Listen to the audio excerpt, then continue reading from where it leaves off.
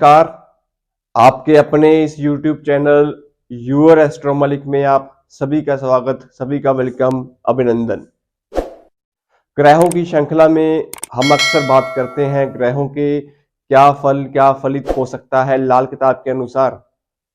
लेकिन दोस्तों आज हम एक ऐसे टॉपिक के ऊपर बात करेंगे कि आई थिंक वो टॉपिक इतना इंपॉर्टेंट है कि उसकी विवेचना करना भी उतना ही जरूरी है। हर कोई इंसान अपनी हॉरोस्कोप जो है वो दिखाता है और अपने ग्रहों के अकॉर्डिंग उनके उपाय भी करता है, लेकिन उपाय करने से पहले कुछ सावधानियां, कुछ प्रिकॉशंस होती हैं जिनको जानना भी जरूरी होता है दोस्तों। तो लाल किताब के अनुसार हमें वो कौन सी सावधानियां हैं जो उपाय शुरू करने से पहले हमें दिमाग में जो है वो रखनी चाहिए। तो पूर्ण विवेचना करने से पहले आप सभी से मेरी गुजारिश होती है कि चैनल को पहली बार देख रहे हैं, वीडियोस को पसंद करते हैं, तो कृपया चैनल पे बने रहने के लिए सब्सक्राइब का जो बटन है उसे आप प्रेस कर लें और नोटिफिकेशन की जो बेल है उसे भी ऑन कर लें, क्योंकि जब हम लाइव आपके साथ जुड़ेंगे तो हम आपके साथ वो कनेक्टिविटी जो है वो बना पाएंगे, आपको उसकी नोटिफिकेशन जो है वो मिल जाएगी। दोस्तों वीडियो को शुरू करते हैं। दोस्तों उपायों की जब हम बात करते हैं तो हर कुंडली में जो भी ग्रह आपका पीड़ित होता है, चाहे वो उच्च का है चाहे वो नीच का है, हम उसके अक्सर उपाय जो है वो बताते हैं आपको। और उपाय आपको क्यों नहीं लगते, बात यह है कि आपने अपनी कुंडली के उपाय किए, क्या आपको वो उपाय लगे? उपाय करने से पहले आपको किन किन बातों का ध्यान जो है वो रखना जरूरी होता है, हम उसके ऊपर ही बात कर रहे हैं। दोस्तों लाल किताब के अनुसार उपाय जब आप करते हैं तो उपाय का पहला सिम्टम ये होता है, सावधानी ये होती है कि सूरज निकलने के बाद और छिपने से पहले, बल्कि सूरज की रोशनी के अंदर ही आपको जो है उपाय जो है वो करने चाहिए। सूरज की रोशनी जब तक रहेगी, आप उस दौरान जो है जो आपने जल प्रवाह का कोई सामान करना है, चाहे वो मंदिर में देना है, तो चाहे वो आपने कोई चीज दबानी हो, तो वो जो सिम्टम्स रहेंगे वो बेसिकली आपको सूरज की रोशनी में ही करने होते हैं। सूरज ढलने के बाद आपको कोई उपाय जो है वो नहीं करना होता। दूसरी कंडीशन दोस्तों, जब आप कोई भी उपाय कंटिन्यूस करते हैं तो वो कुंडली के बेसिक उपाय बन जाते हैं। लेकिन अगर आप कोई उपाय कर रहे हैं तो आपको इस चीज का ध्यान रखना चाहिए कि आपको मात्र एक दिन में एक ही उपाय करना है। ऐसा नहीं होता कि आपने कोई उपाय जल वाला भी कर दिया और दूसरा उपाय फिर आपने कोई ना कोई किसी दूसरे ग्रह का कर दिया, तो वो कनेक्शन जो है वो आपने इस दौरान नहीं करना है। आपको एक दिन में एक उपाय ही करना लाजमी होता है। तीसरी कंडीशन दोस्तों, कोई भी उपाय जब आपका खत्म होता है, चाहे वो 4 दिन आपने कोई चीज जल प्रवाह की हो, चाहे वो 4 दिन आपने कोई चीज मंदिर में दी हो, तो जब वो उपाय आपका खत्म हो जाता है तो उसके बाद नेक्स्ट जो आपका कोई रेमेडी होगा किसी भी ग्रह का, तो उसके गैप में कम से कम 5 या 6 दिन या हफ्ता आप उस चीज को गैप में ला के रखिएगा। सडनली कोई नेक्स्ट उपाय जो है वो आप शुरू मत करिएगा दोस्तों। चौथी कंडीशन में दोस्तों सबसे इंपॉर्टेंट चीज होती है कि जिस दिन आप पैदा हुए, जिसे हम जन्म का ग्रह बोल देते हैं, जिस दिन आप पैदा हुए उस दिन का जो स्वामी बनता है, जैसे एग्जाम्पल के तौर पे आप मंडे को पैदा हुए तो मंडे मतलब कि सोमवार, तो सोमवार के स्वामी बनते हैं चंद्रमा, तो चंद्रमा का उपाय आपको नहीं करना। तो ये चीज बड़ी इंपॉर्टेंट है कि जन्म का ग्रह जो जिस दिन आप पैदा हुए हैं, चाहे वो आप संडे को पैदा हुए, तो संडे के स्वामी जो बनते हैं वो सूर्य देव बनते हैं, तो आपको सूर्य का उपाय नहीं करना। यही चीज आपके वर्ष फल में भी लागू होगी कि इस साल आपका बर्थडे कौन से दिन पे आ रहा है। आपका इस साल बर्थडे क्या शनिवार को आ रहा है, क्या मंगलवार को आ रहा है, या फिर वीरवार को आ रहा है, तो जिस पर्टिकुलर डे के ऊपर आपका बर्थडे आ रहा है उस पर्टिकुलर ग्रह के उपाय आपको इस साल के लिए नहीं करने हैं दोस्तों। ये चीज को भी आपको ध्यान में रखना जरूरी है। पंचम जो कंडीशन बनती है दोस्तों कि जब कोई बारिश हो रही हो और आपका उपाय, आपने कोई 4 दिन का उपाय करना था और 3 दिन आपके कंप्लीट हो गए, लेकिन चौथे दिन में जाके वो बारिश पड़ गई, तो बारिश के दौरान आपको कोई भी उपाय जो है वो मान्य नहीं होगा। बारिश के दौरान आपको उपाय जो है वो नहीं करने चाहिए। अब हमने अपने उपाय को कंप्लीट करना, तो हम कैसे करेंगे?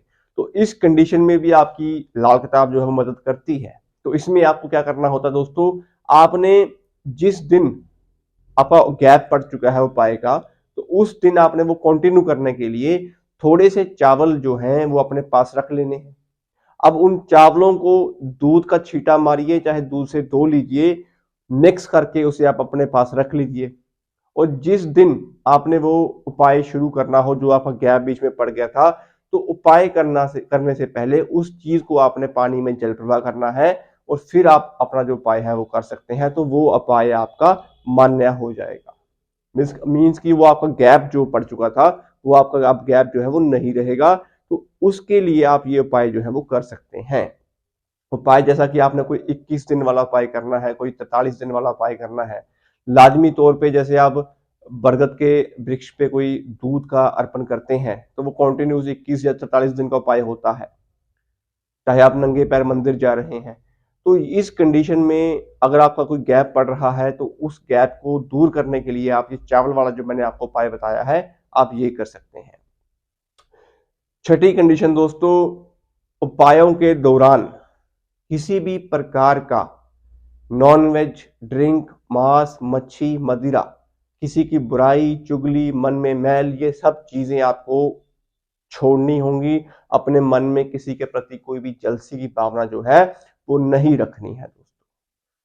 और सबसे महत्वपूर्ण चीज, जब आपके उपाय कंप्लीट होंगे, तो उपाय कंप्लीट होने के बाद आप 10 अंधों को भरपेट भोजन जो है वो जरूर करवाएं। जब आपका कोई भी उपाय आप शुरू करते हैं, उसे खत्म करने के बाद लास्ट जो दिन होगा, आप गरीबों में छोटा सा कोई लंगर जो है वो जरूर अर्पण करें। उनको आप भूख जो है उनको कोई दान रोटी जो है वो आप खिला सकते हैं, कोई लंगर की जो सेवा है वो आप कर सकते हैं। तो इस चीज को ध्यान में रखना भी जरूरी होता है दोस्तों। बात करते हैं ग्रहों की। तो सप्तम भाव में अगर आपके बृहस्पति बैठे हैं, तो सप्तम भाव में जिन जातकों की कुंडली में बैठे हैं, मेल की बात करूंगा, तो सप्तम भाव के बृहस्पति वाले को कभी भी कपड़ों का दान जो है, जो उन्होंने कपड़े खुद वो पहनते हैं अपने डेली बेसिस पे, वो कपड़ों का दान उन्होंने कभी नहीं करना है। ये पहली प्रायोरिटी होती है। ये सावधानी भी है, ये परहेज भी है, तो ये उपाय भी है। तो सप्तम बृहस्पति वाले को अपने पहने हुए कपड़े जो हैं वो किसी को दान नहीं करने हैं। ठीक है। दूसरी बात, अगर आपकी कुंडली में शनि अष्टम भाव में बैठे हैं, चाहे वो वर्षफल में आ गए हैं, चाहे आपकी जन्म कुंडली में बैठे हैं, तो अष्टम के शनि में आपको किसी भी धार्मिक संयोजन के लिए कोई धर्मशाला का अगर कोई निर्माण करवा रहा है, तो आपको उसकी पर्ची जो है या अपनी कंट्रीब्यूशन जो है वो आपने नहीं करनी है। स्पेशली वर्षफल में अष्टम का शनि हो या जन्म कुंडली में शनि की महादशा अष्टम का शनि हो, तो धर्मशाला के लिए किसी भी प्रकार का दान, स्पेशली धर्म के नाम पे जो हो, उस पे आपको दान जो है वो नहीं करना। तीसरी कंडीशन में दोस्तों, शनि लगन में हो, बृहस्पति पंचम भाव में बैठे हो। ये ज्योतिष की बात है, ग्रहों की विवेचना के अनुसार शनि लगन पंचम का बृहस्पति, तो किसी भी प्रकार का आपको कोई सिक्के का दान जो है वो किसी को नहीं करना होता। इस चीज को भी आपको ध्यान में रखना जरूरी है दोस्तों। बाकी दोस्तों, ये बेसिक कंडीशंस थी कि आपको अपनी जन्म कुंडली के अकॉर्डिंग भी जो परहेज बनते हैं वो करने चाहिए। बाकी चंद्र शनि, चंद्र राहु, चंद्र केतु की युति है, तो रात का दूध आप जो है वो बंद कर दें। रात का दूध आपको नहीं पीना होता। बेसिक कंडीशंस यही थी कि जब आप कोई उपाय करते हैं, तो वो उपाय आपको क्यों नहीं लगते, उपायों को करने के पीछे क्या लॉजिक हो सकते हैं, और क्या परहेज, क्या सावधानियां आपको उस दौरान जो है वो दिमाग में रखनी है। मोस्टली केसेस में जब उपाय कोई इंसान करता है, कोई मंदिर में किसी ने कोई चीज डोनेट करनी होती है, तो जब दिन सूरज ढल जाता है, तो उसके बाद लोग जो हैं वो दूध का अर्पण कर रहे हैं, कहीं ना कहीं कोई दाल चढ़ा रहे हैं। तो बेसिकली उपायों की संख्या में अगर बात करें, तो सूरज की रोशनी के अंडर ही आपको उपाय जो है वो लगते हैं। उपाय आपको उस दौरान ही जो है वो करने चाहिए। बाकी जो उपाय हैं संध्या के टाइम के, जो राहु के उपाय बनते हैं, शनि के उपाय बनते हैं, जैसे कच्चा सुरमा दबाना, कहीं ना कहीं कोई कोयले का जल प्रवाह करना, ये सब चीजें जो होती हैं, ये कुंडली के अकॉर्डिंग ही उपाय जो है वो हम बनाए जाते हैं दोस्तों। तो इस चीज को ध्यान में रखना भी जरूरी है। दोस्तों उम्मीद करता हूं आपको वीडियो अच्छी लगी होगी। अगर वीडियो अच्छी लगी हो तो कृपया चैनल को सब्सक्राइब करना मत भूलिएगा और नोटिफिकेशन की बेल को भी जो है वो ऑन कर लीजिएगा। ऐसी ही और वीडियोस लाल किताब के अकॉर्डिंग हम आपके साथ शेयर करते रहेंगे। आज के लिए इतना ही, मिलते